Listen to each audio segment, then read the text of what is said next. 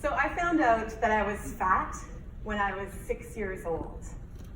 I was out trick-or-treating, and I came up to the door of a neighbor woman, and she asked me, well, what have we here? And before I could answer her, she responded for me, oh, a fat witch.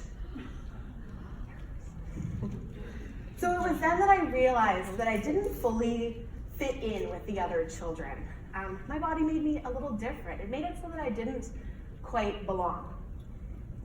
And I was lucky throughout my childhood and adolescent years to mainly avoid any well-meaning attempts by any of the adults around me to change the shape of my body.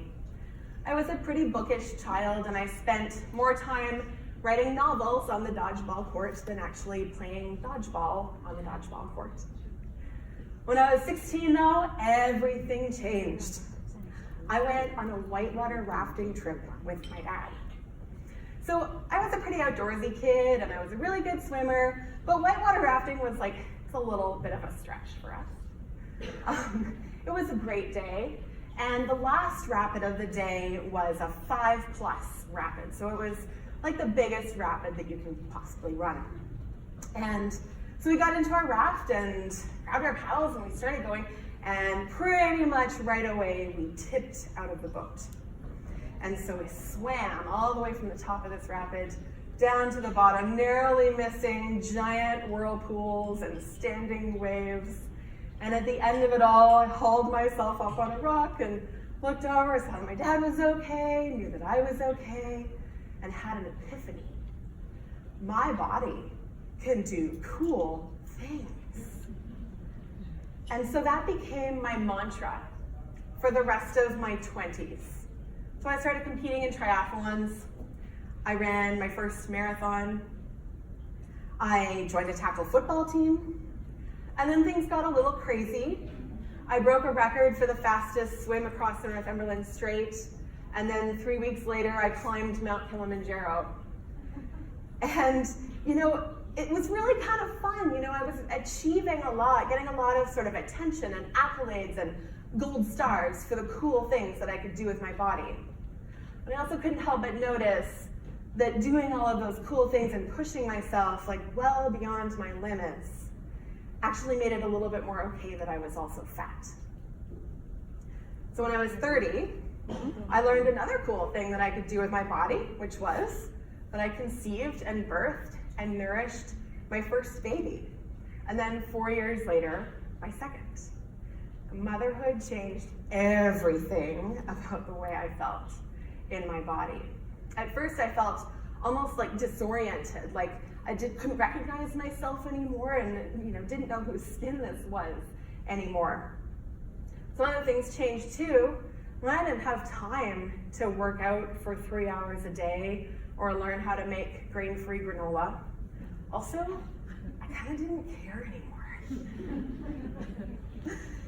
And it was so interesting to me at the time that, my body had just done this amazing and perfect thing by creating these two beautiful children, and yet I was suddenly never further from society's beauty ideals than I'd ever been. And so I hit a rock bottom.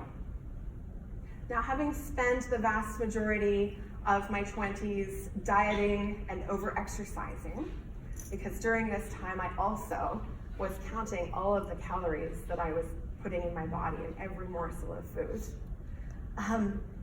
So I realized that I couldn't do the same thing again.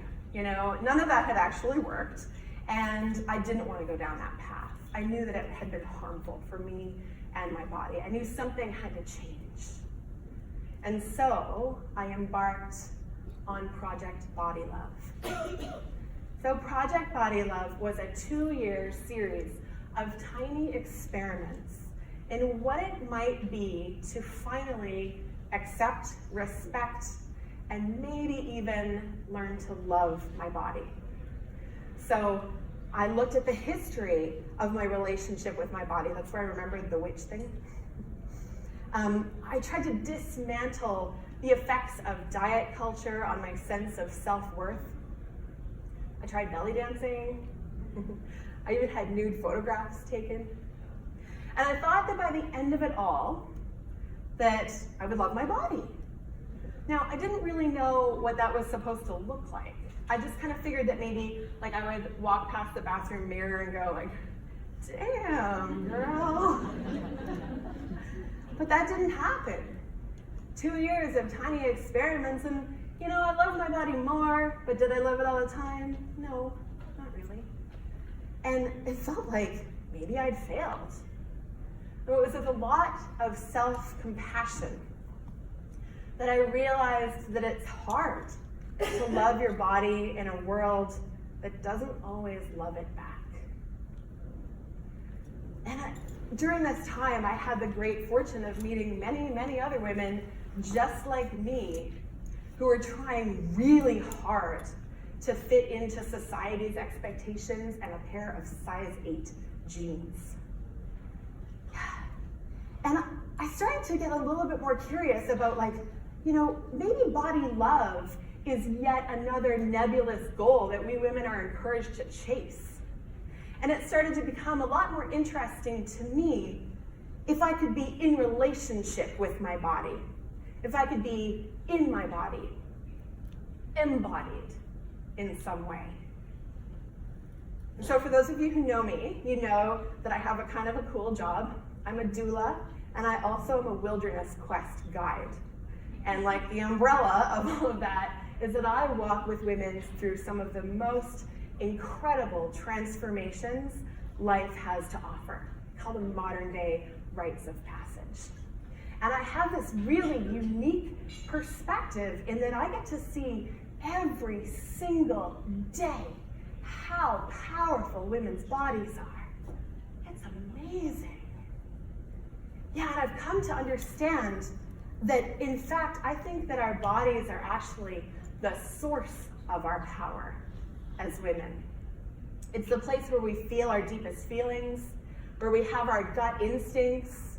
It's the place where we birth and nourish businesses and babies and creative endeavors alike. And I started to realize that a society hell-bent on keeping women small physically is a society that is terrified of our raw and awesome power. And I started to wonder, what would be possible? What would we unleash if we could take all of the time and money and energy and personal resources that we've been spending trying to keep ourselves small and channel them out into the world? What if we became more fiercely committed to revolution and sovereignty and joy, not eating more salad? And I get chills every time I think about it because I know what would happen. We would change the world. Thank you.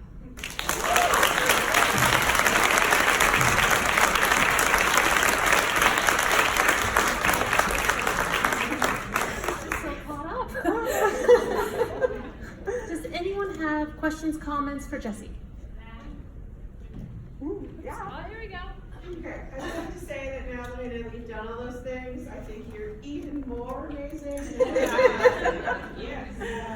But what I wanted to know was how you felt about the body positive movement versus the fat acceptance movement that sort of spun off from it, because so many people now who don't live in these large bodies are saying, oh my God, like body positivity, and they're taking selfies of themselves, and you know, they have the body that I've always been told they should have versus the one that I actually live in. Right. Yeah, I have a lot of things to say about that.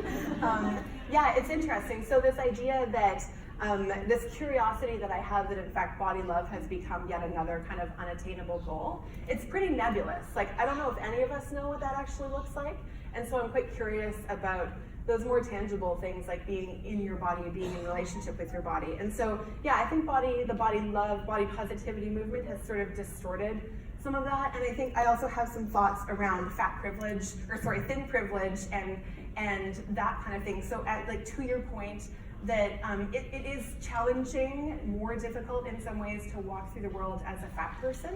And in many ways, you know, we have other intersections of privilege and oppression that play into that. as well. And so I think that that's definitely, you know, from a fat activism point of view, it's something that I think we need to continue to raise awareness around, because yeah, it's not all like, you know, yay, I've got a really cool outfit from you, and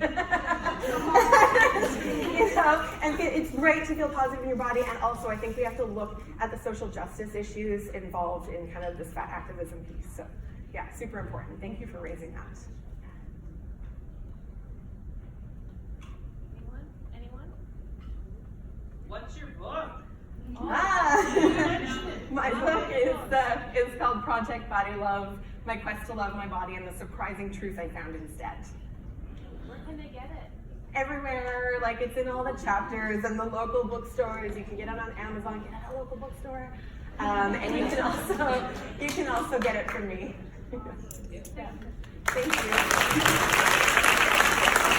you.